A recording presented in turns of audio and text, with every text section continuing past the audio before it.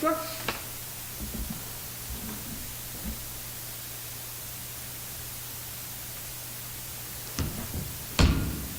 I'd like to call the meeting of the Narragansett Regional School District School Committee to order, and we will stand for the Pledge of Allegiance.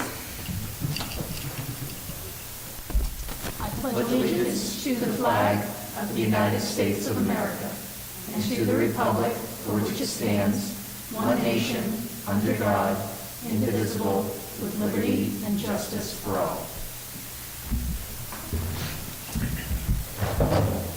Good evening, everyone, and thank you for coming out and tuning in.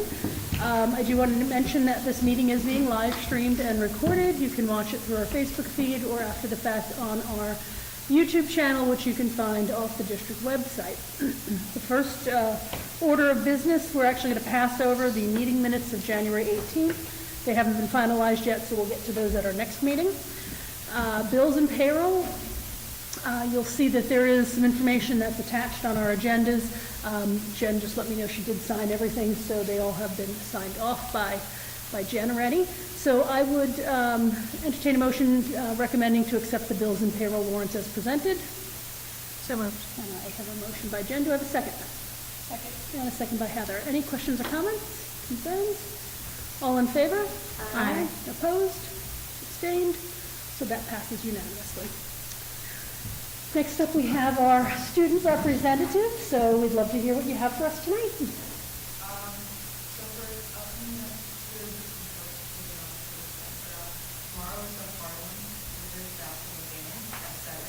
The door will open at 6, and please join us for popcorn. I'm very excited to see the game myself. It's always fun to see. The theater program is going to be performing the play Macbeth on February 10th at 7, and then 11 until February 11th until at 1. So after talking to some people, we learned that a lot of people are aware of kind of like the play and the music, and that they were two separate productions. So we're talking about trying to bring more awareness to the theater program. We bring up some more posters of theater, also trying to make people know the production taking place, and hopefully we can get more people. Great, thank you. And what is our musical this year that we're doing? Yay, that's a great one. Excellent. And when will that production take place?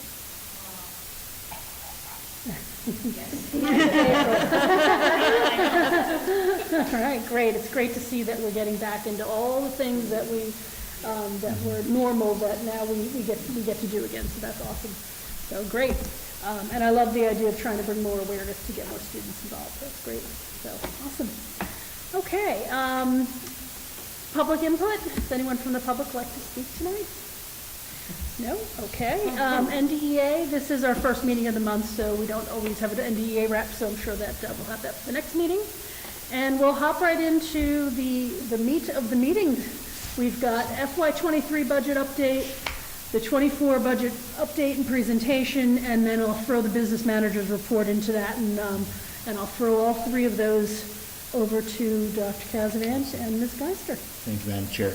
Before we get started, I want to make sure that I want to say this, and there'll be a message coming out, I think, tomorrow, is that I've been in communication with the Board of Selectmen from Templeton so far, but with the frigid weather that's coming, primarily Friday into Saturday, that the senior center will be the primary location, warming center, but the district the building would also be a backup in case there are a lot of need, or there's a need that is too much for the senior center. So I want to say that now, and we're going to put out their code red message on our Blackboard Connect, and we'll be posting that. I just want to say that because given the opportunity, I just got off the phone with Mike Curry just about an hour ago. So I just want to make sure we start with that. Winter, I guess, is back, or is here. Thank you, Madam Chair. So this is, this will be different presentation, because normally by the 1st of February, we have just barely received the information from the state, generally speaking, that for Chapter 70. And so we've got these numbers. The meeting usually happens the first week of February. We're flying around, really pushing the numbers into the spots, and we don't have that. We have a new governor, as we know, and that process in which, the budget, but certainly as far as we're concerned, Chapter 70 probably will not be available until March. We're told that they are working very diligently to get this information to us sooner than that, but we're not really expecting anything different. So I don't have a lot of hard facts as normal because we don't have Chapter 70, but that's okay. It's going to be a thrilling and exciting presentation nonetheless, because I know everyone loves school finance. Who doesn't?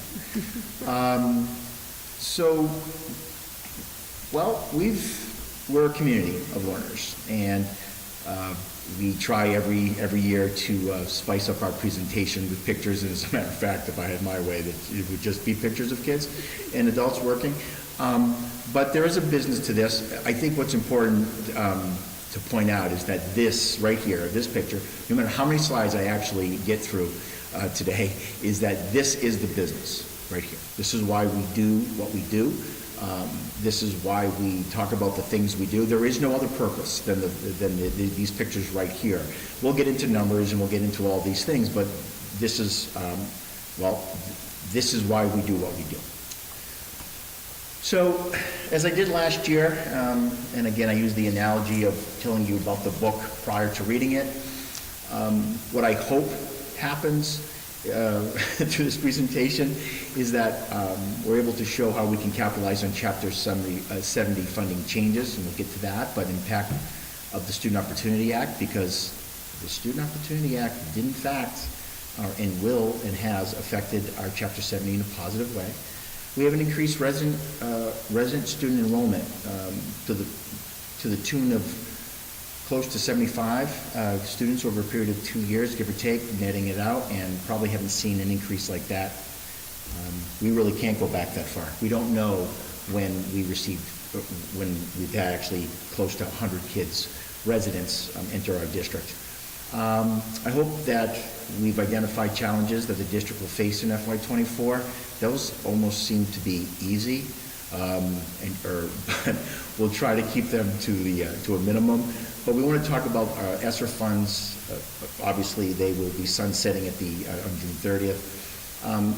The reduction in school choice, and what impact that has, both I guess positive and negative. The increased fixed and special education costs, which are astronomical, not just for us, but for the entire state, quite frankly. And again, the increased enrollment, specifically residents. Our goals for FY24, well, although we don't have the money end of it about what we will hopefully receive, we still know what our challenges are. We still know what our goals are. We want to address staffing concerns, and we have them. And we'll talk quite a bit about that. Learning loss due to COVID. Every budget, probably for the foreseeable future, will focus on some type of strategy, hopefully remedy to curb the learning loss, the gaps in learning that COVID certainly facilitated, and continue cost-saving measures in all facets of operations without jeopardizing student learning. We're to the point now where we've cut to where we can no longer cut, and we are going to have to focus solely on what's good for kids and student learning and their emotional and physical safety, as we talk about quite a bit. So the district priorities, which you've seen almost, probably every meeting in some capacity, we are always looking to improve our student learning outcomes. We want to meet the needs of our students, including those with academic and social emotional needs, maintain current class sizes across the district. If not maintain, how about improve as well? That's always, it's probably better put. Provide behavioral supports and interventions at all levels, and improve our ability to make students college and or career ready, which I'm hopeful tonight, we really highlight the wonderful things that we have done over the last couple of years. How does this budget meet these needs? Well, It picks up where ESSER funds left off. That's our goal. Continue to support the academic and social, emotional, and behavioral needs of students, supports the growth of student enrollment, and supports continuation and growth of college career readiness programming. And some of the major projects that we've undertaken over the past, I don't know, 3 or 4 years anyway, or 3 years, is early college, Project Lead the Way, the internship program, and new is some vocational training opportunities. So we've been busy. You know, we did not let COVID slow us down. We truly did not. We knew what we wanted to do. Some of that had to be delayed because of COVID.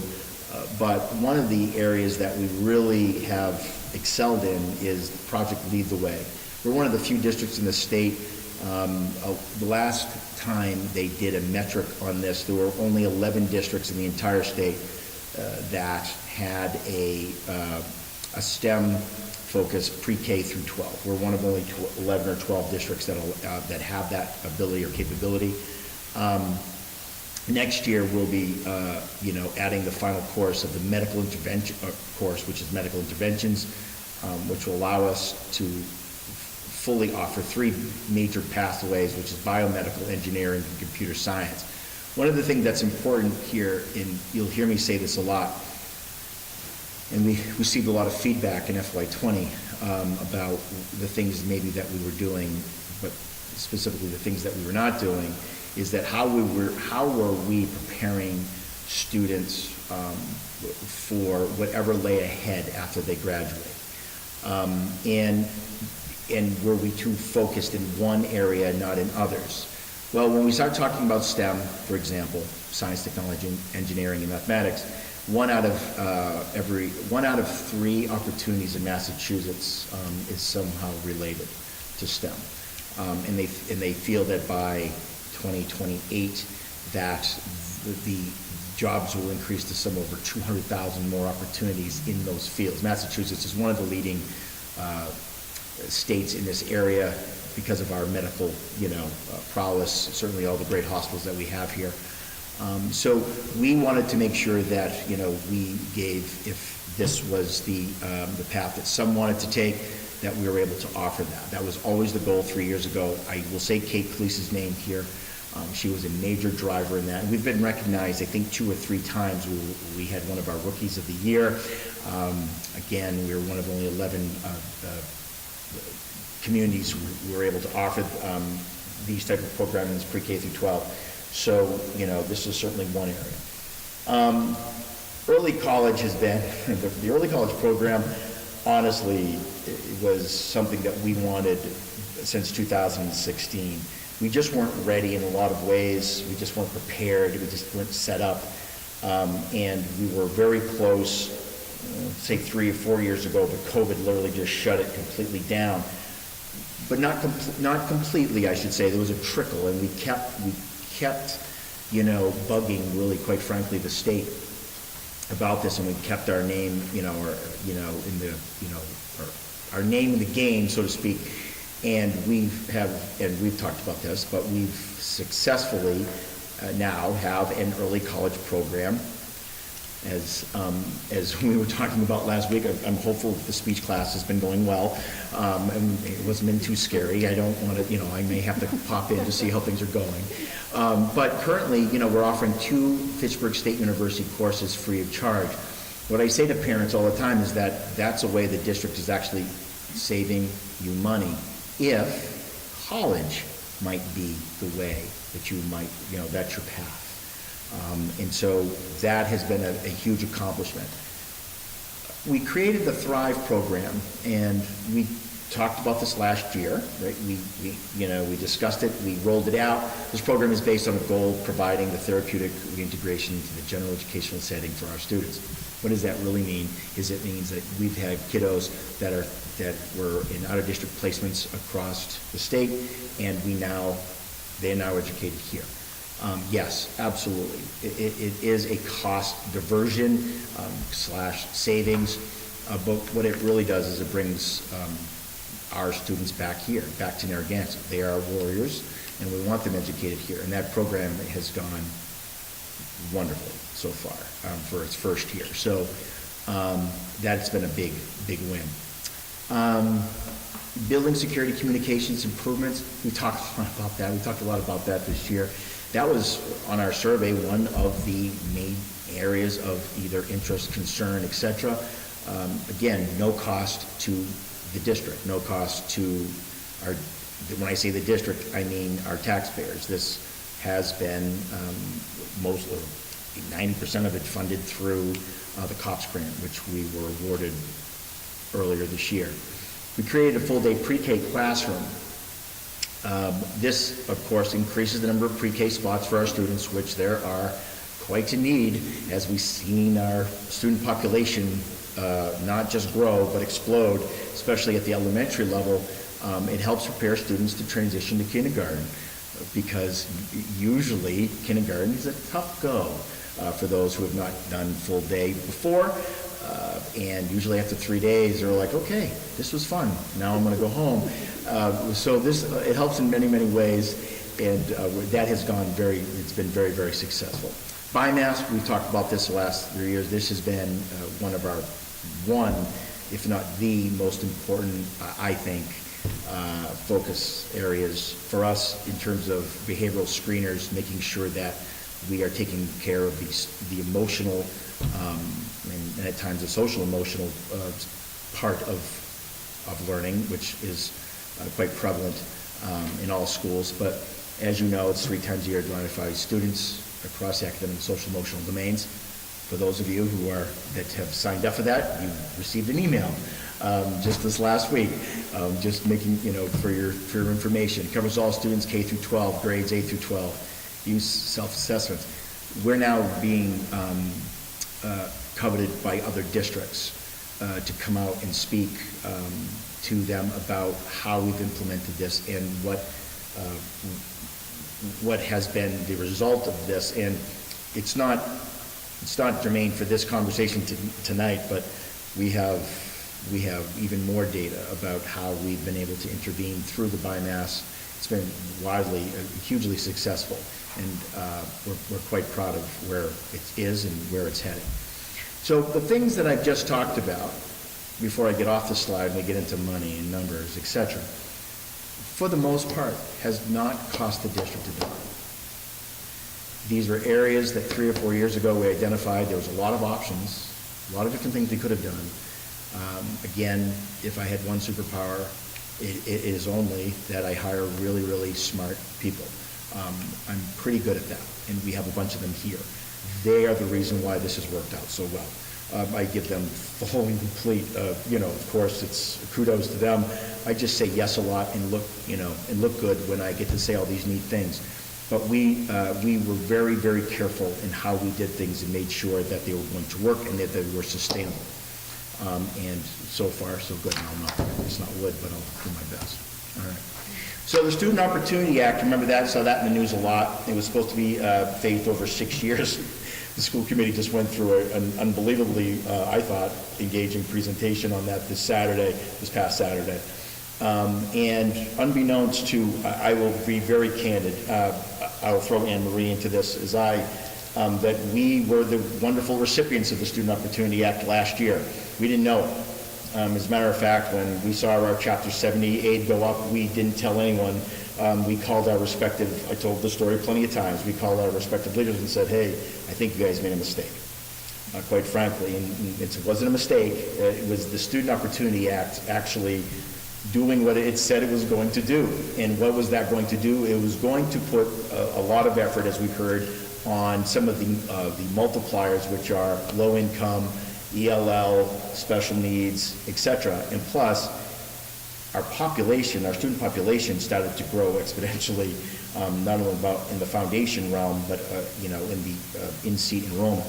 So as we know, NRSD is no longer held harmless, right? So the definition of held harmless is that as the state made a promise that it would never reduce the amount of Chapter 70 monies that it gave you the previous year, regardless of your basically your student enrollment, although you had to pay it back at some point, in a sense. So you didn't want to stay held harmless long. We've been held harmless for about 5 or 6 years probably more than that, quite frankly, probably since '06 or '07, '08, I actually. Maybe 93. Maybe 93, I'm not sure. But it was a long time. And it only came in '06, but we probably were on it as well. So what happened last year was that given those factors, given those variables, we climbed out of held harmless, and that's great. So anytime that there is a change to the Chapter 70 formula, we now get to benefit from that. That is wonderful, because we never have before. And that's just great. Right? That's where we want to stay. It's due to the increase in both student enrollment and our low-income students, quite frankly, when we look at our particular numbers. So, in front of you, this was last year, and this is the Student Opportunity Act really, working for us. We had 607, identified low-income students, and at that time, I believe we went up 47 students. And so this is what really popped us out of held harmless, and really got us into the money, as they say. But it was the first time that we saw an increase in Chapter 78. And there it is, the $686,000, 47 students, and it was the first time we saw that as a plus, which, well, in my 6 years here and however many years Anne Marie has been here, which has been a lot, it's generally just been the minimum aid of $38,000, which really is not even a staff member. So then in FY24, where we don't have that right now, we don't know what the Student Opportunity Act will do for us. Why? Because we don't have that information as of yet. And yes, they've given us the tools to see if, to get an idea. I have to tell you that I certainly don't feel confident to throw that out there to the, into the wind, because it's quite a bit of, not necessarily math, but it's a lot of information that you have to get from a lot of different areas. So we don't have the official piece to this, but what I'm hopeful to do tonight is to show you, with the FY24 budget in mind, our opportunities, challenges, and our intended outcomes for FY24 budget once, in fact, we receive our Chapter 70 number for FY24. So what do we do? What do we know? Well, the governor's budget will be released in March. When? I don't know. Hopefully, right off the bat would be great. Preliminarily, our FY24 foundation student enrollment has increased by 49 students. We're confident about that. So 47 from 22 to 23 and 49 from 23 to 24. We know that we've increased our low-income students by 29 students as well. So using, this is a quite large gap here, but we could very well see an increase to Chapter 78 anywhere between $600,000 to $1.5 million. That sounds awesome, doesn't it? And it's a number, and by the way, I'm not going to look a gift horse in the mouth, but there's some issues with that in itself, and hopefully I'll do a fairly good job explaining what we think they're going to be. Again, there's no way of knowing until the FY24 budget is actually released. So, enrollment. We watch enrollment very carefully here. I say that every single year. We really, really try to dissect it as best as we can. We were absolutely, and we aren't surprised often, to be honest, because we watched it so closely. But we had close to 100 new residents enroll in our district. Now, by enroll, they came in with their little packets, they came in, and they enrolled. When you net that out, the kid's going to, say, other schools, or to Monica, or they graduate. Yeah, there's a net there, right? And it's around 74. So by the way, that's no small number in a district this size. But what I want to really, cement in your minds is that we had close to 100 new residents. We're not talking about homeschool students. They came back. We know who our homeschoolers are. Remember, during COVID, we had over 100 homeschoolers. When they came back last year, we're like, oh my God, because it's almost like you're coming back into the district, right? Because homeschool is like a private school. They don't hit the foundation number at all. We figured that this number, a high number, would be next year, because we watch houses, we watch all that stuff. We did not anticipate, because we just didn't see it coming at all. So when you look at FY19, you look down, all right, and yeah, FY21, I highlighted FY29 because FY21 was COVID. So when you see 1344, that is because we just had kids go wherever. And a lot of our kiddos went to homeschool. Many of them, as we found out later, lived with maybe they had a blended family. They had, mom lived in so-and-so town, dad lived in so-and-so town. They had to make some decisions.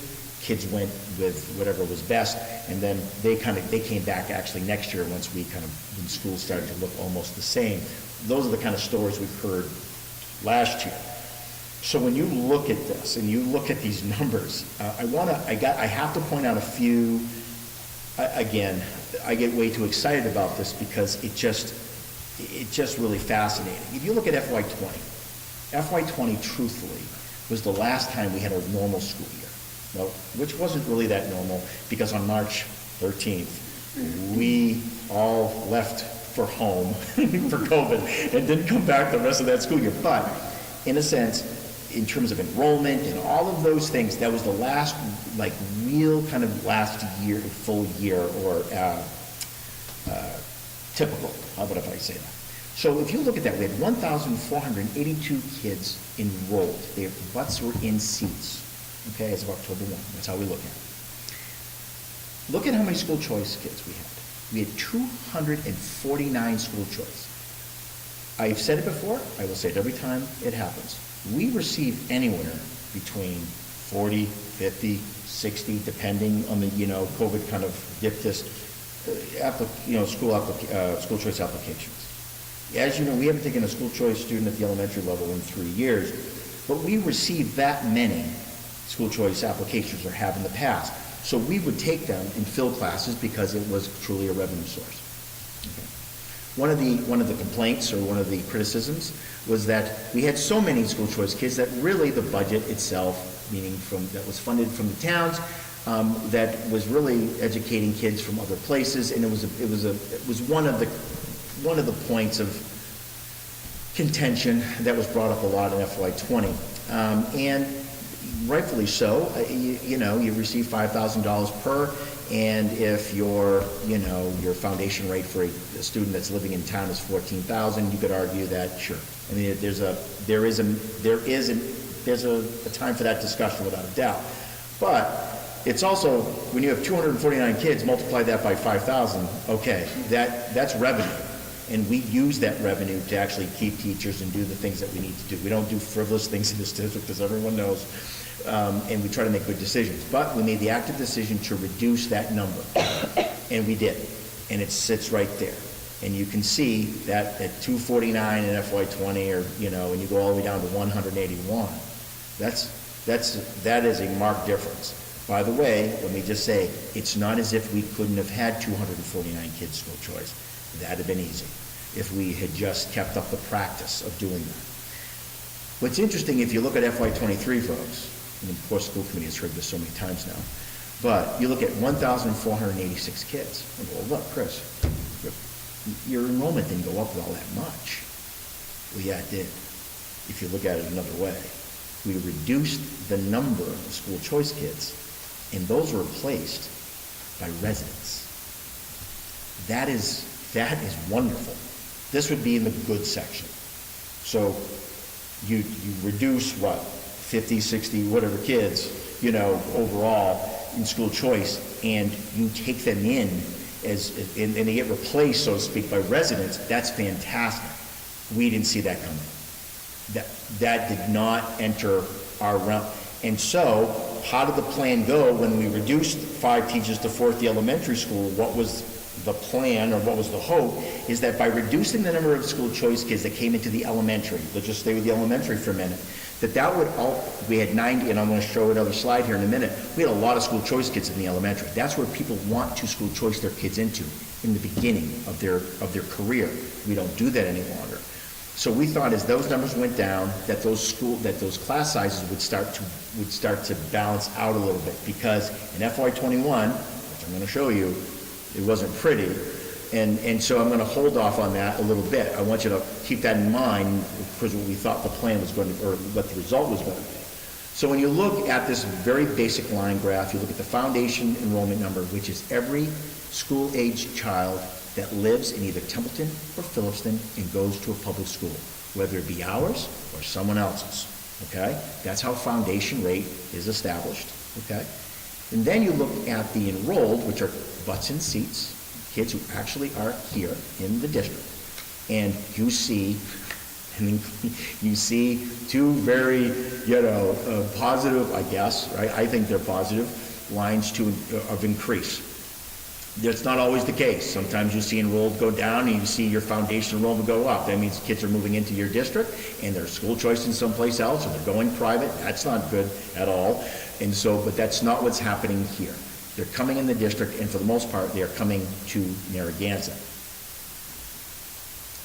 So we started talking about the challenges now. So all those things they're wonderful opportunities. Kids are staying here. They want to, people want to move into our district. That's awesome. But what are some of the challenges with that are interesting and what they need to be addressed. One of the challenges is ESSER is going away.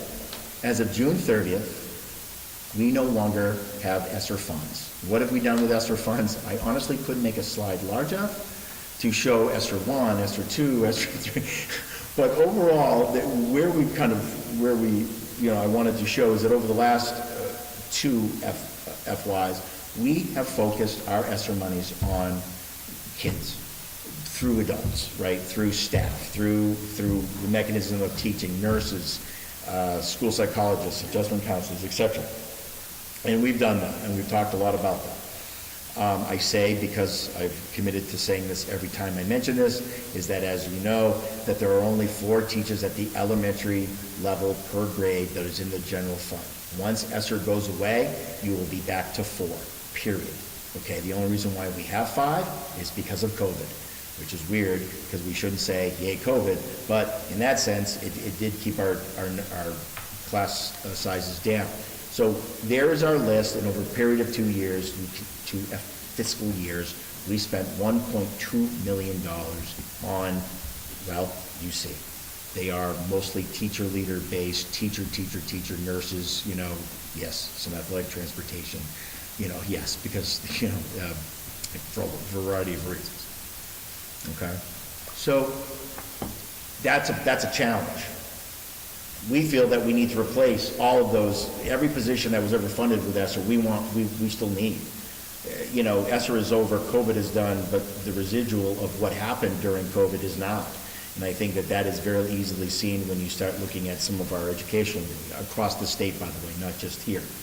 So when you look at what I presented in FY21, how it was going to look, remember, we basically riffed a teacher at every grade level.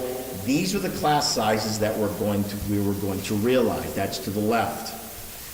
29, 29, 28, 28, 29, which are ridiculous at the elementary level, quite frankly.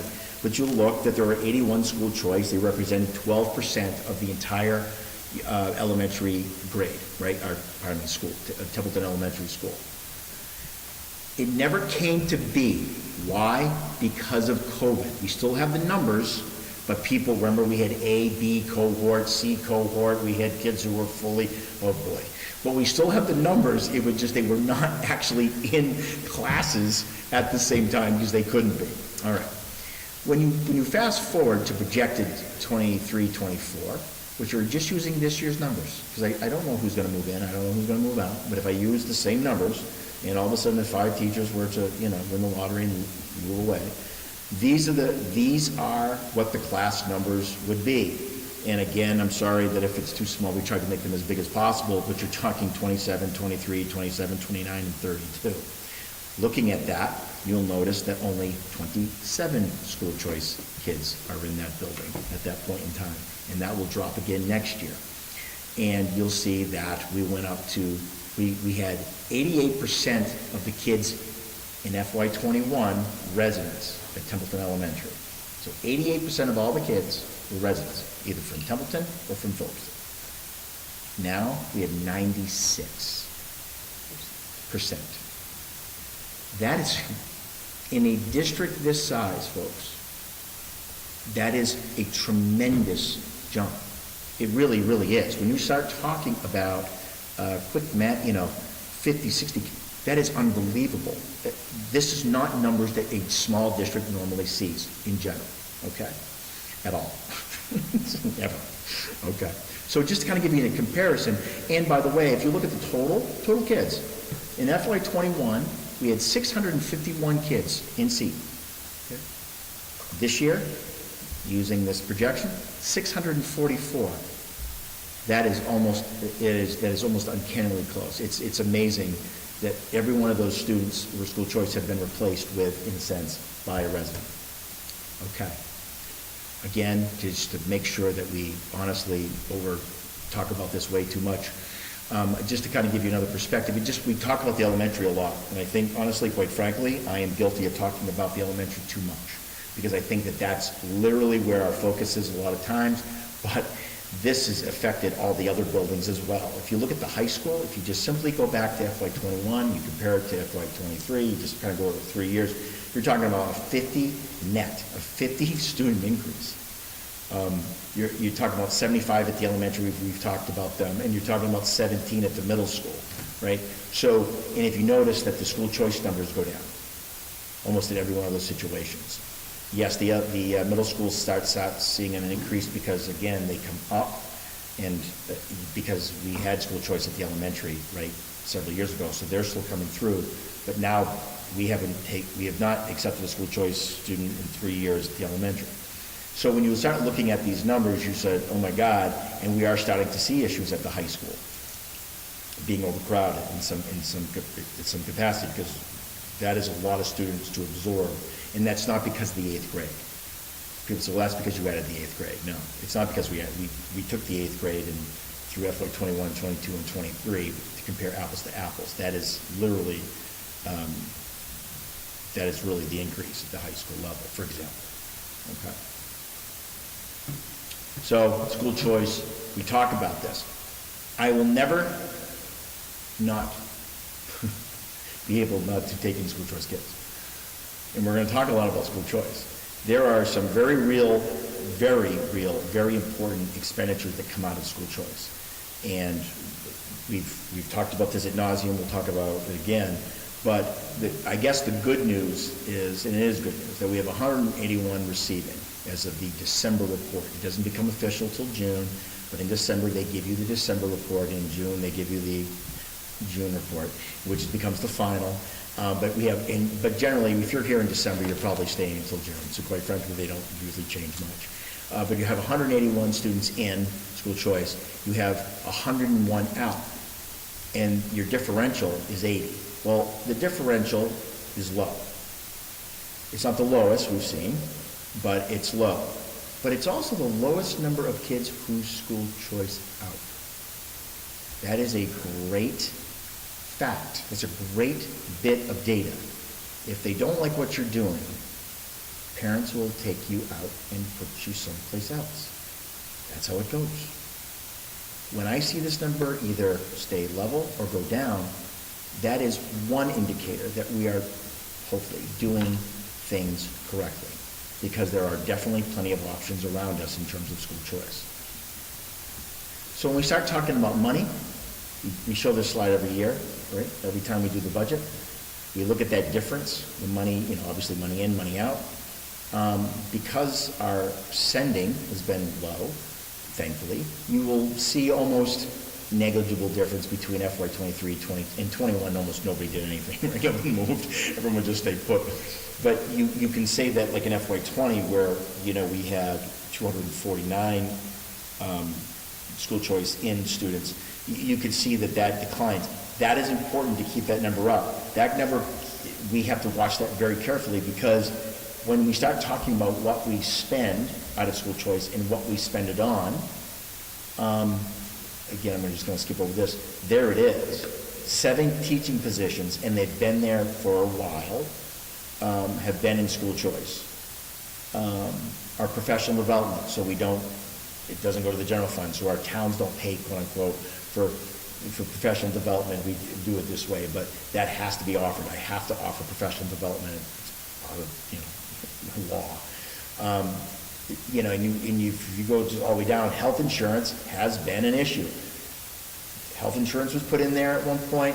That is not a place to put health insurance, because I say this every year, if this goes upside down, meaning more kids are going out than in, and we do not take in a certain amount of money, you have to offer health insurance.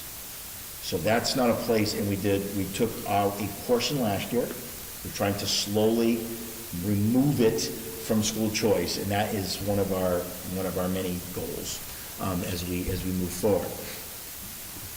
So again, for those connoisseurs of these budget presentations, a lot of this is really the same. We talk about the same information because it affects us, and we have to talk about it. But when we start talking about the history of the general fund spending, we don't know what FY24 is going to bring. We don't know yet, because I don't have that. We do not know what the budget is going to be, because I don't know what Chapter 7 is going to be. But as you look over a period of time, you will see that much of what we were doing since either by cuts or by ESSER, what we had to cover, right? The amount that monies that we had to supplement because we were short, so to speak, given the monies that either by the district or through the state, and we had to find that money to balance, so to speak, and like a lot of districts, you can only do that one way. In education, pencils aren't going to do it. It's generally by staff cuts. Why? Because education is staff intensive. We don't build robots, right? We don't build widgets. You need teachers. The more kids you have, the more teachers you need. More staff, not just teachers, staff. We're staff intensive. All right. The revenue sources? Yeah, sorry? A quick question on that last Oh, you're going to go slide. back. I am. Can you? Okay, go ahead. Do you want me to go back so everyone can see it? No, let's hear the question first, and Yeah. then we'll see if you need to. Because if I have to, I sense there's a bit of trepidation some of awful- going back. Something awful's I going to just- happen. I just had a question Yeah. on the history of general fund spending slide, the number of students to the years. The number of students for fiscal year '24 is the exact same as the number on the fiscal year '23. Because we don't know what we're gonna have next year. Yeah, we're so we assuming just- that Okay, would so be you're we just just- putting yeah. in flat students. Okay, Yeah. that's what I had, because Yeah. like the other slide said Yeah. more, and then I got confused. When we So, were doing sorry. number of students, we don't know yet, so we put You that kept it there. flat. I should have Okay. put to be determined or to be, Okay, but yeah. Nope, that's okay. Yeah, and just one other thing, we talk about a 4-year shortfall. It's kind of a misleading number, only because you're adding up year over year. Right. Our current shortfall is 377,000. So I get what we're putting there, but it's not a million from. It's not cumulative. Cumulative, right. But over the last 4 years, we've had to find over $1 million combined Right. over the years. So I just want to make it clear that we're not $1 million for this year. no. But add them up, and that's where we are. Okay. Are we good? I just want to make sure Good. before I have to go back, because That was fun making that you do scared that. me to do that. So this is a new slide for us. We stole it, and with permission. And so, just to kind of give an idea in one spot about the revenue sources that we have. And, again, some of this is we put estimated because they're estimated. We don't have everything yet. We don't have Title I, for example. We do not. We get that in June. Grants, who knows? Whatever grant comes through, you understand. But we wanted to at least show that, okay, these are the rough estimates that we have currently right now. And many of these will come in over the next, hopefully, month, 2 months, not Title I, because that comes in June. Grant The- numbers don't come until summer. Yeah, the grant stuff stays very fluid until then. I want to make sure, are we good? Okay. So what do we know? The challenges, and we almost have these same challenges every year. I understand that, although the challenges get harder in these same areas. I guess that's the biggest issue that we have, is that Special education, district tuition, as we have bemoaned, has gone up, will go up this year 14%. That is just mind-blowing that this number, this amount was allowed. Like, I'll say it that way, to increase special out-of-district tuitions, which are very expensive, very needed. There's no, again, no harm, no foul. But when you increase something by 14%, when you're not receiving that amount either through circuit breaker or whatever, or just any type of funding, that is really, really difficult. And many, many districts right now are struggling to figure out what they're going to do. I'm going to say that the Thrive program, not knowing what was going to happen with that has really been, you changed the word from savings to cost aversion, because yeah, if again, we didn't try to do anything to bring kids back into the district, whatever that amount, the offset was, we'd be even that further into, in the red. Why? Because we don't park money in this district. No district around here parks money, meaning we don't go, geez, I think maybe we might have 5 kids who might go out of district next year. Especially, we don't do that, because that would be, I don't know that, and you wouldn't want me to park money there and go, oh, look at that, we didn't have 5 kids. So sometimes it happens where a kiddo moves in, they're already out of district, and we become, financially responsible for that child, and we've never even met them yet, and that happens a lot. It happens both ways. Sometimes kiddos, just, we have to decide on a placement mid-year, and that was not, say, on the table, when we were thinking about it. So special education has always been one of those, situations where you really just don't know. Circuit breaker helps us out, but it's not till a year after that it helps us. Transportation is always, sorry. Yep. Could you just make a point? The district tuition increased 14%. That's a state number. These out-of-district placement places don't get to choose the tuition. The state decides. Right. So this is another unfunded mandate Right. that they have pushed back to the district this time. Right. I think it's important. Absolutely, To be clear on that. and you find this out literally by receiving a letter in July, in September. It's not like you have, we don't know. You can't plan for it. You can't plan for it. They just said, oh, and by the way, our budget, everybody's budget, was already signed, sealed, and delivered, and then on top of inflation, and that, of course, that's not, that's a problem, but this also happened. You're like, how now how do you reconcile that, right? Transportation, always a crapshoot, but the foster, for our foster kiddos, McKinney-Vento transportation, homeless, cost increase, we know that that's coming. Health insurance increase, we're planning on 10%. Why? Because the last 3 years it's been 9. And you almost have to go, well, I guess 12, or you make up this ridiculous number and you're surprised that you did not even guess budget enough, which when you think about a 9% increase to probably one of the more expensive line items other than, say, a program like special education, that is an amazing amount of money that you are paying out. By the way, special education takes up a quarter of our budget, almost close to, if not, I think it was almost exactly 25%, just 24 point something. Need for competitive staffing. I think that we've lost sight of this, is that we're in competition. We get along, all our superintendents get along here. We do, but we are cutthroat when it comes to good staff, right? Because we need to hire the very best. And first off, it's hard in general. We are not competitive. And I'm going to show you something here in a bit, but we're not even close to being competitive. So how can you say that? Because it's easy, because we're not. And we'll talk about that. That's an important thing, and it's becoming even more important when I need specialized staff, which are even harder to find. As for funding budget shortfalls for the last 3 years, we had to throw that in there one more time. Say, hey, yeah, we lost this for money. I mean, it's almost been like, yeah, we get it, Chris. You're losing $1 million. We get it. All right. But we thought we'd just throw it out there anyway. Right? So fixed costs, retirement, Worcester, especially the Worcester Regional, seems to be going up like at, astronomical amounts. But we've it will increase 8.32, that is a hard number, okay, so normally, sometimes when we come, we don't know, but we know that. Employee health insurance, we talked about that. Retiree health, will increase by 18%. You know, do you have more retirees or do you have more more current employees on your retirement? The answer is? Yeah, more retirees. Right. Yeah, they're retiring and they're not replacing anybody.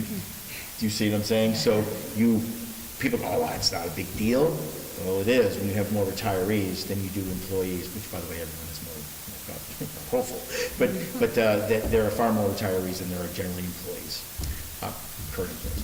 General property insurance will increase by 4.74%. You know, that's just insurance, the nature insurance. That's not good. But, you know, fixed costs have increased by 3.3% over last year. That's not good because it was even higher last year. And our fixed costs make up 23.49% of the entire general fund. So if special education takes up a quarter, and your fixed costs take almost a quarter, right? Well, that doesn't leave a lot, right?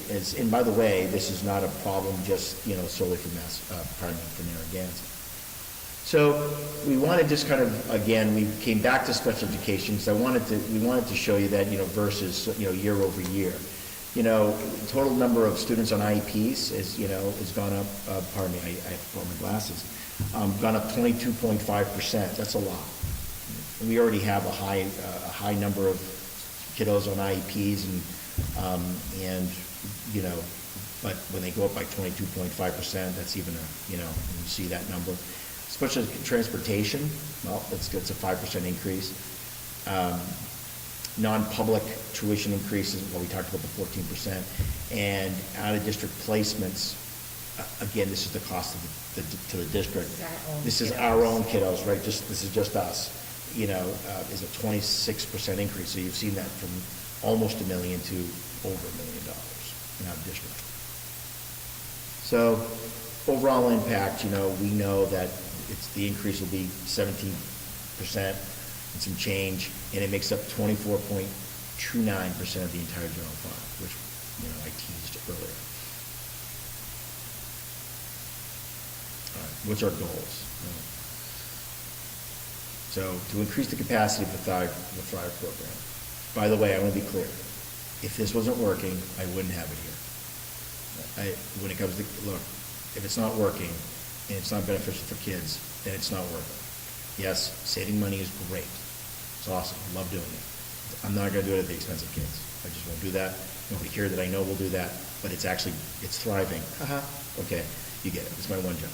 So the fact is that it is going very, very well. It's been very well managed by Matt and his team. The staff have been fantastic. The high school has been exceptionally accepting, and we have a lot of communications about it. Has it been perfect? No, it has not been perfect. But I'll tell you this, it's been pretty darn good for something that we're just kind of going, okay, let's figure this out. So it's been excellent. So we're, we want to grow it. I've been the brake, so I want to make sure that it works. So as we, kind of get our feet wet and we understand a few more things, then we can expand that program. Additional behavioral, occupational, and psychological staff. This will be funded through circuit breaker reimbursement. We need those people. We need some occupational and behavioral, staff, because we're trying to prevent out-of-district placements as best as we can. Where do we do that the best? The elementary level, right? Because that's where you really want to start the work. It's less expensive than contracting with outside services. That makes sense. We want to do this in-house. And we want to keep Narragansett students at Narragansett. We want to do that. We want them not to graduate someplace else, or, by proxy, meaning that they get the diploma, and they don't walk with us. We want them here, and that is our goal. Remember I talked about some things, right? So it's almost unceremoniously thrown upon you, and maybe we'll do a better transition slide as I'm thinking about this. It's Susan's fault, just in case anybody cares. So what I talked about is that, and many of you I'm sure we're just enthralled with the presentation that Mark Abrams, yes, I realize it's a little dry. Money is dry, but it's important. And I have to say to you that this is from FY '21. We talked about that too, because by the time the report was done and so forth, okay, so the fact is that we've known this for a while. This is the average teacher salary. Every time somebody on Facebook posts something from Mass Live that says the average teacher salary in Massachusetts is $91,000, they go, you can't be people in their grades making $91,000. The average across the state in Massachusetts, I always have to say, and this is in general. Has this average gone up? Yes. Has it gone up a lot? No. We are, by the way, just for the folks who might just be tuning in for this, these districts represent our local districts, like our neighbors, and the 12 I think it's 12 of our DART districts, which are districts that have the same financial similar in enrollments. Budgets, thank you, for the SAVE. And so we wanted to look at them as well, and we just combined them in one list. So I have a few of these. So what's our goal of our budget? Well, one of our budget goals is to improve this, this situation as well.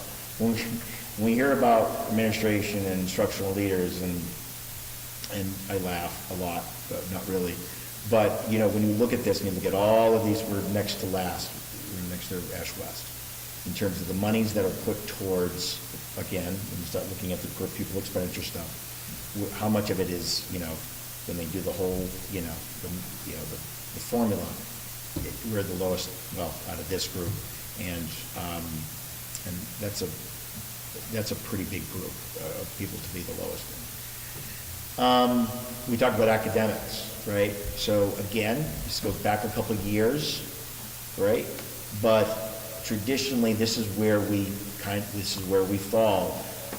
You've heard presentations based on our concern, especially at the elementary level, because we are in under the lowest 20% of districts at the elementary. We have been identified as in need of assistance, and this, again, I realize it's grades 3 through 8, but we already know, especially in the area of literacy, we have some issues there, and we're going to need to, and we have, of course, started the process of righting the ship.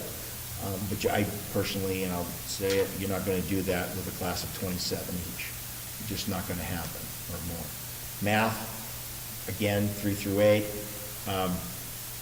All these numbers were a lot, of course, updated when she presented out, again, but this is just in the comparison with the DART districts that the state has released. 10th grade math, again, below the state average, below many of our area of districts, and certainly in the bottom third of our DART districts, and the combination thereof.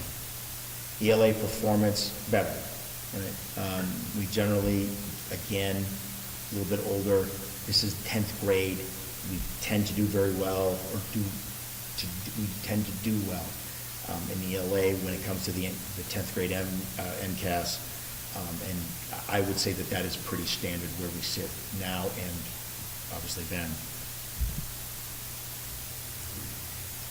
So there we go, and I did it in an hour, Susan, and so but we're just keeping track of just how long that took, but it would be probably longer if I had to get into numbers, which we didn't have, in terms of Chapter 70 for FY '24. Questions? Anybody have any questions?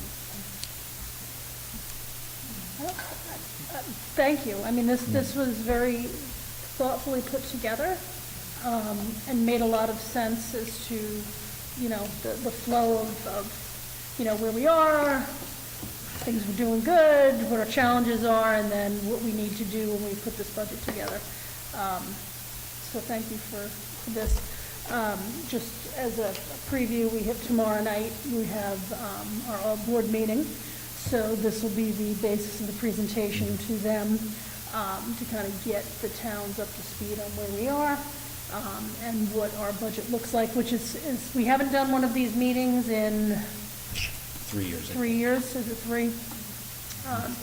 So, and of Maybe course. 20, maybe 20? I- I want to say FY '20, Yeah, honestly, I because it think was, so. that's when COVID, before it happened. Yep, And I don't, and we haven't done one No. since, so, yeah, I would say FY '20. You know, and with the issue of not having numbers until March 2nd, I think is the date, that's the drop dead. Yeah. So, it'll be interesting, you know, we can't obviously, the towns have always asked us, give us a heads up, but we can't do that until we have some more information. I think, you know, things like circuit breakers are a huge one. Supposedly there's more money coming, but is there? And see, and you don't know that number until Until October. October. So it's a big guessing game. All of it is a guessing game. So anyway, anybody have any questions, comments? I was wondering why the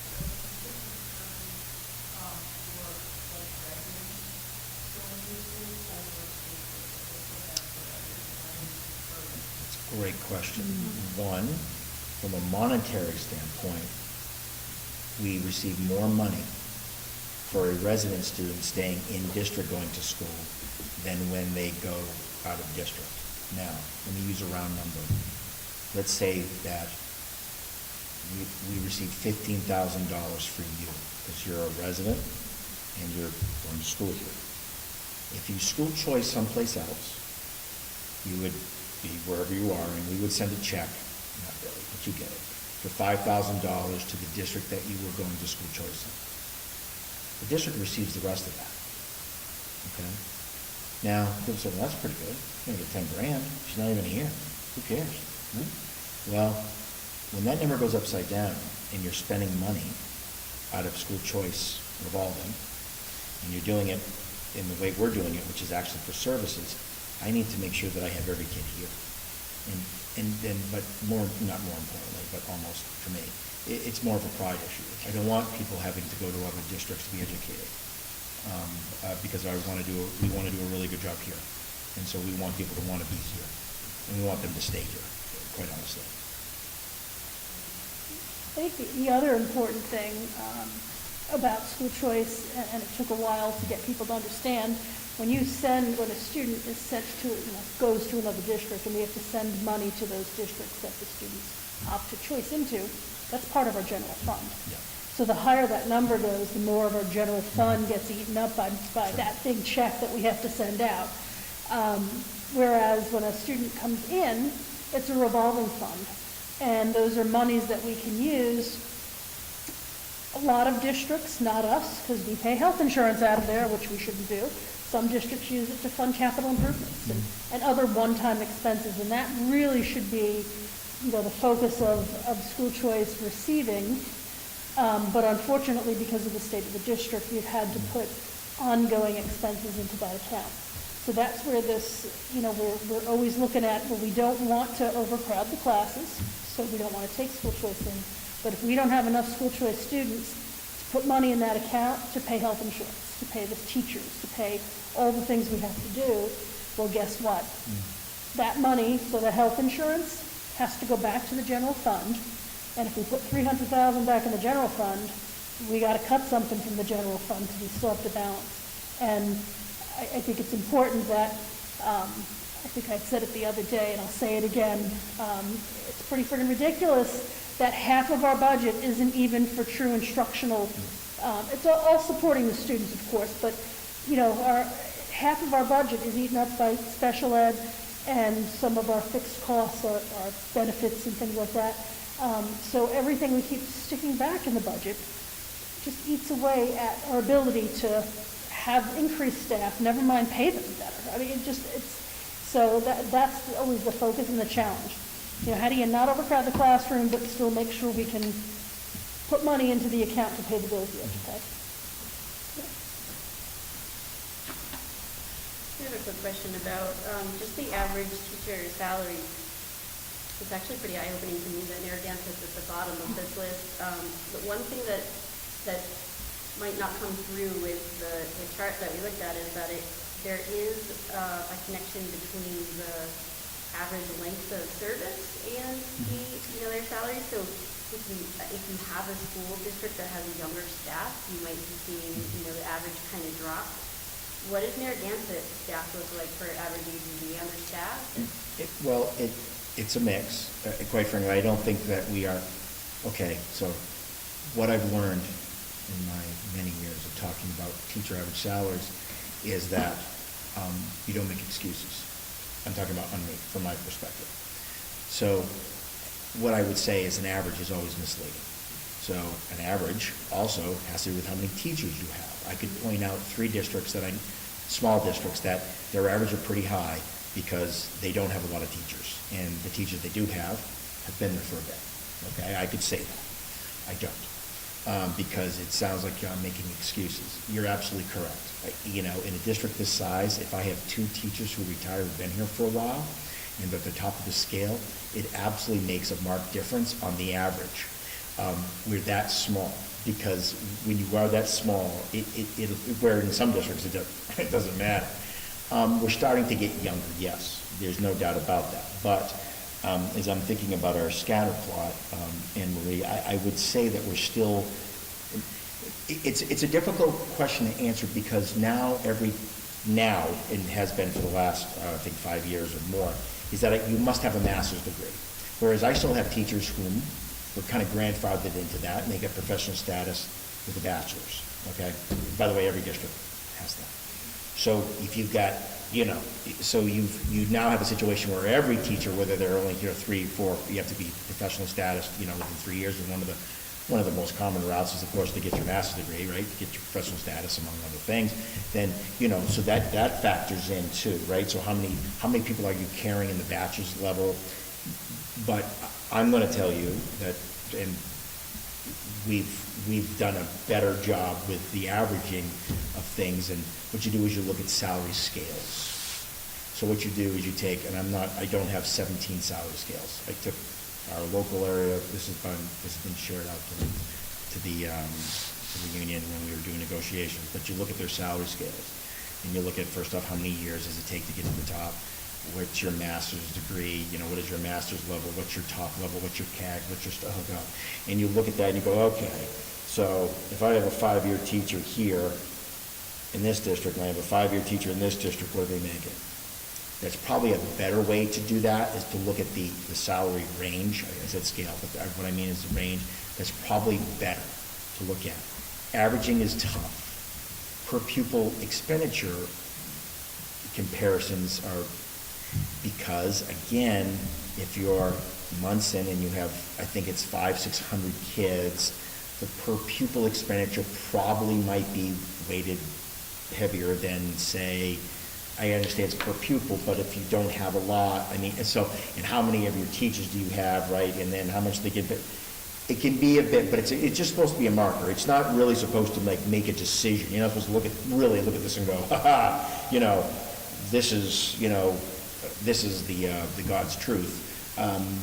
But the averaging can be a bit deceptive. I tend to stay away from the arguments, away from it, because of the very things. Can I ask the question a different way? Because does this pan out for you based on reasons teachers are leaving, and reasons we may or may not be able to attract teachers into the district? Because I agree with you that what goes into an average can be problematic, but I also wonder, to what degree does this ring of truth through those other signals? So I'm going to go back to the salary scale.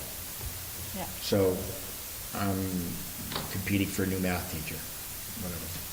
And they've got me, and I won't mention my friends, I won't. I want to, but I won't. And you're looking, you just got out of college, let's say, and you're looking. Well, I'm going to tell you right now that the primary driver to that is where you're going to start and what flexibility does the superintendent have, in this case, right, to move you on a scale.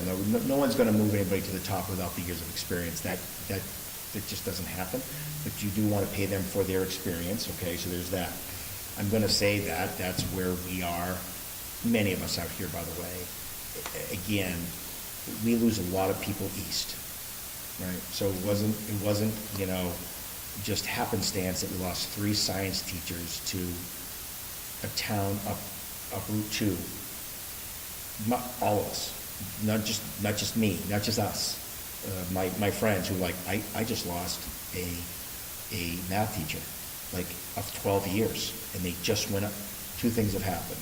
One, there's plenty of openings. Where before, after 10 years, you're pretty stuck, right? We got you, right? 2, there's openings. The other thing is that people, they're being paid, so there's openings, 1, and 2, they're being paid a lot more money, and not very far away. Okay, so I think there are 2 different things. There's many different things, right? Also the culture. We have people who love it here, and people have said, the best compliment we can receive is when a teacher leaves, and we've had them leave. And they don't contact me, so they'll contact their friends and say, I wish I didn't leave. It is 10 times better there than here. I can't believe how good I had. We hear those things, believe it or not, we hear those things a lot. And that makes me feel good, because that means, because we do have great kids. I'm not just saying that, because we have one here. We have great staff. But people make decisions based on, what they've got to do for their own families. And so we're not going to be Wellesley. We'll never compete with them. We don't try. We need to be competitive within our circle, though, and we're not. And so, so you can't keep administrators. Well, guess what? That works for them too, right? It's the same biz there too. And what Chris isn't talking about is he and Emery spent a ton of time prior to the last negotiation with the NDEA, looking at our local districts and comparing us, and we were at the bottom. I mean, this isn't just because of the mix of people. There's truth to this. It's, maybe it's not the exact, but it's real close.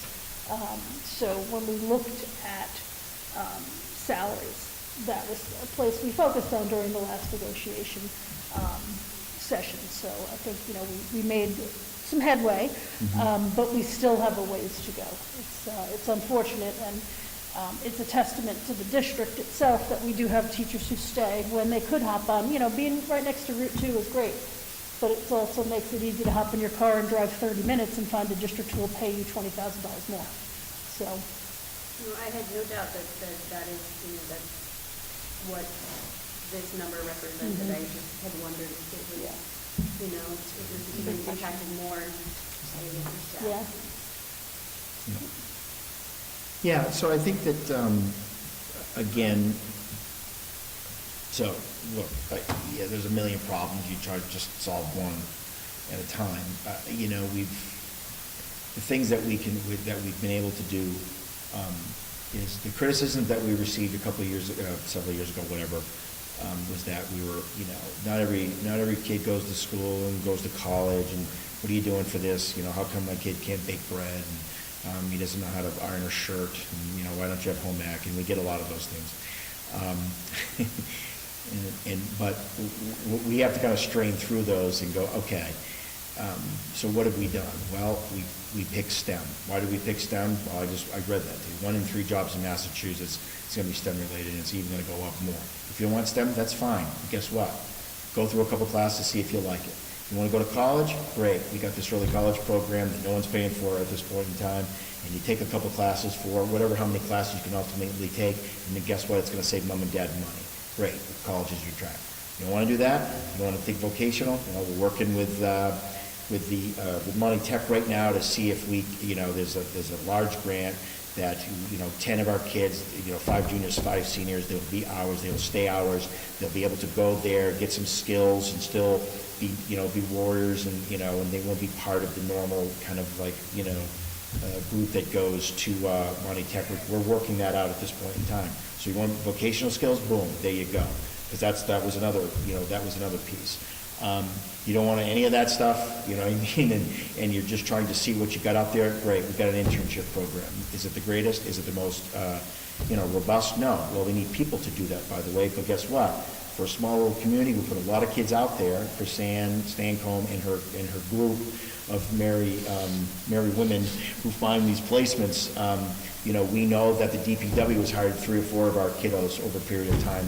We've fire departments, police, we've done that, we're doing that. So we're doing a lot, whereas before we were just kind of holding on just for dear life. I think that we've tried to kind of hit all of the angles, and so we want to give, our seniors, and of course, by the time they get to seniors, we want to give them a lot of options to think about. So when they leave here, they can make whatever decision that they, hopefully, they make a decision that's good for them. We're trying to give them experiences that in all these phases, so that way that they can have a direction. The worst thing you can do is have a high school that doesn't offer a direction or give you options, or at least give you some type of, a taste of what else can be out there. Can we do everything? No. So we've been very, very surgical in these things, on purpose, obviously. And we're always looking to enhance that, and we're always looking to make that better. We need the staff to do that. The towns will hear that tomorrow. They're going to hear that, and they're going to hear that's money. It is what it is. Our kids deserve better. I said that a couple weeks ago. I mean it. They deserve better. I want better for them. We talk about the arts, we don't talk about the arts program. We're not talking about the arts program. We're trying to find math teachers. But what I didn't add in this slide, and that was a mistake, we have it on another, because we had to change up the slide deck. Everybody knows, well, the school committee knows. I had to change up the slide deck. Our music teacher, Cam, is going down to the elementary, and he's getting lessons, right? Again, it's been sporadic, and it hasn't been perfect. But I'll tell you what, there's music lessons going on at the elementary school. I don't know that that's ever happened before. I don't know. But it's happening now. Sporadically, yep, it's the best we can do right now. Right? We've got some plays that are going on. I can't wait to see them, quite frankly. We're trying to get that back. We're trying to build that back up again. I haven't scheduled it yet, but I want to meet with the fine arts group, because they want to talk to me about, and I want to talk to them about what we can do moving forward. We're trying to hit all of these phases all at once. What we're trying to do is fix the fields, right? Can't hit the track yet because that's way too expensive, but I know that I have to get that field set. Was why? Because I have kids who come here to play athletics. They play sports here, right? There's a group there. I got a group over there. We're trying to do this. They deserve better. And I think that needs to be on a shirt, I guess. They deserve better, and let's go. Because that's what we need to try to do, and we need to work harder at that. And that's all of us, me, everybody. And that's what we're trying to figure out.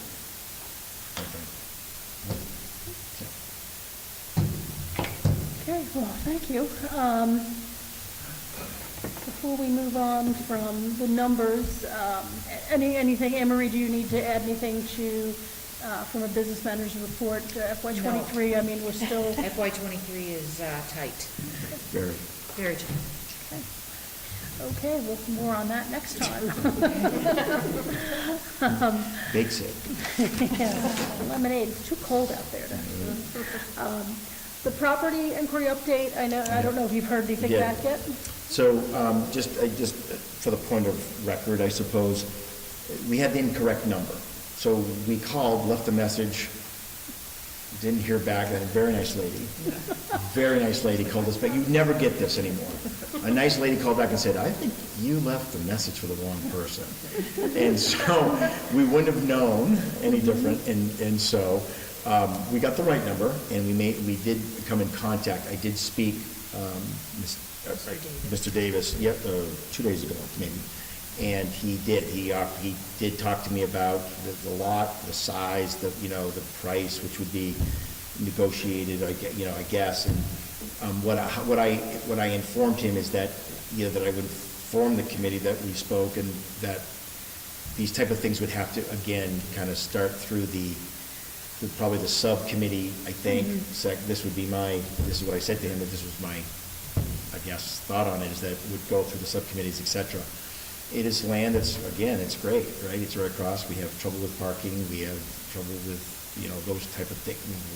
Why wouldn't you want to just scoop that property right up? And so, we don't have our budget. We don't have, I think this would be something we'd have to talk to the town about. I mean, I think there would be a lot going on there, but he was very, very graceful and informative, but we did connect finally. Okay. So, I think as you indicated, Hank, I think you're the only one in the facilities subcommittee here this evening. So maybe on your next meeting, throw that on as an agenda item and see what you guys come up with. Okay. Curriculum and instruction update. Molly's not with us tonight, so we'll pass this over. I know she's got a good report out for our next meeting. There's no surplus items, so we can pass over that one. Anything from your perspective, Chris, in your superintendent report that you didn't touch on that you want to add? Basketball tomorrow night, sold out 700 tickets have been sold. They are sold out. It will not be live cast. It was a mistake. Someone had said there would be, because we can it's live stream it, sorry. Live stream it. We cannot do that. We're not going to do that. There's some copyright. I was going to say, I think the Wizards might have an issue with Yeah, with so, that. so that, we took that down. That's not going to happen, but we are very excited. It's going to be wonderful. I can't wait. So, but that's about it. Okay, excellent.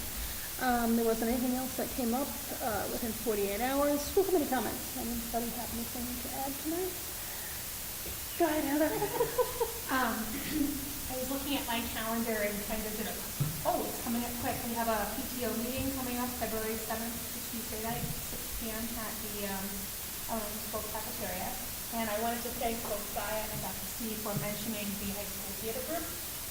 Even though my son is a 7th grader, he has about 5 roles in Macbeth.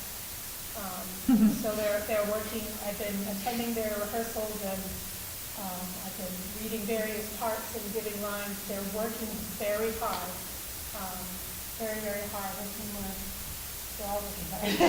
Something that comes up. And those Wizard of Oz auditions are tonight. I think he said he had some Thursday night, and I know he's scheduled them for Friday. It's Mr. Trump, and I think Mr. R is doing some of them as well. So if the kiddos haven't already talked to you about showing an interest, I will be popping an email off to one of those gentlemen because, it could be something fun. Thank you. Anybody else have anything?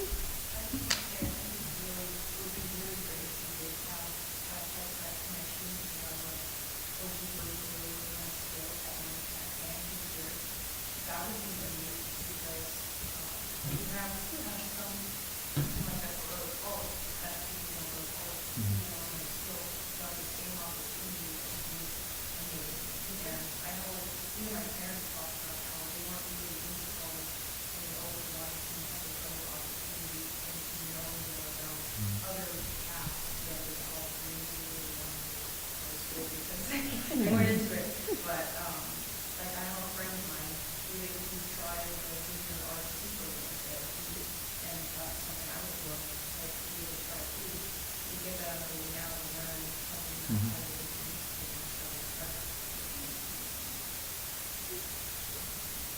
in, Great. I'm hopeful that we can make it happen. There's a lot of moving pieces to it, but it doesn't mean that, that we're not going to make it happen. We're going to try very, very hard. So I agree with you 100%. Yeah. Yeah, it has been kind of the missing piece, and not to dredge up old history, but when the state changed how it funded things, we used to have shops here. We did. We had I guess it was junior high school back then, 7th and 8th grade, you could try different shops in home ec, and when they changed the way they did their funding, that's when unfortunately they wouldn't give us money to offer these programs because the towns joined Monty Tech District, and therefore the kids who wanted those programs had to go there. So it's nice that the state's recognizing that they need to bridge something to offer the skills, because obviously, you look around, and I tell you, having, a family of electricians, first of all, you can't even find a tradesman to come out, and if you do, it's 6 weeks away. And, look at the average age. If you talk to any contractor, these kids are just not entering the trades. So to form that path is just going to help. And there's a lot of money to be made in there. It's good. So, anything else? I just want to reiterate what Dr. Kazimit mentioned earlier about the cold weather. So it's nice that we're partnering with the town to be able to open I was checking the, it's gonna be like -7 Friday night, and that's not the wind chill. I've been seeing all sorts of posts about keep your heat up now, so your pipes don't freeze, so this is like a real significant emergency that we may. School is still going to happen, unless something, and I guess I'm being serious or not, I don't know. I've already received, inquiries. The bus people know that if they see anybody walking, they pick them up. We've done this before, meaning with cold weather, and as long as the building is in good, is heated and there's no emergency, no issues, we're going to run school until further notice. So just keep an ear out, but that's the plan. Okay. All right, subcommittee reports, academic, we meet next week. So does administrative. And so does administrative, finance and budget. Well, we just heard a nice presentation. We'll meet again in a couple of weeks. Facilities, I don't know if you have another meeting on, but now that you have a topic, I'm sure you guys will be meeting soon. Policy, we met last week, and we spent quality time with Mariah, our nurse leader, to talk about concussion policy, which was a great discussion. So we'll be looking at some changes in how we administer the policy within the guidelines, and maybe tweaking some of our documentation that's online, which is great. And then long-term planning, I know we met right after that with the long-term planning team. So anything to report out? Our next meeting for long-term planning, we're looking at it in March. And we're hopeful that we can look at the tools you're going to share with the school committee goals as one of our projects this year. Excellent. All right. No correspondence has come in. Just a couple of housekeeping things. Our next regular meeting is the 15th, so 2 weeks from today, right here at 5:30 here. Tomorrow is the all board meeting. It's at 5:30 in the library. The second thing is, as I was putting together and doing some thinking about the preliminary budget hearing and the budget hearing, normally we start our meeting at 6, but what happens is that we do the hearing and then we still have business to conduct. And then we're here and we get hangry because none of us have eaten and we all want to go home. So not you, you're good, you're good. So what I would like to propose is that rather than start the hearing and the meeting at 6, is let's start our meeting at 5:30. We can get through minutes and other regular business. At 6 o'clock, we'll go right into the hearing, and then we can won't have a lot of business for afterwards. And I think that'll help us, be able to get out at an earlier time. I think we've been here late sometimes. So if that's okay with everybody, I'll make the changes so that March 1st and March 8th are the 2 dates. Preliminary hearing the 1st, the official budget hearing, and the vote where we certify the budget will be on the 8th. So 5:30 here, we'll go right into the meeting, and then it's up to switch over to here. Does that make sense? Yep. Okay. All right. And we do not need to go into executive session tonight. So with that being said, do I have a second? Second. And I have a second. All in favor? Aye. I want to thank everybody and have a wonderful evening and stay warm. So this meeting is adjourned. Ta-da.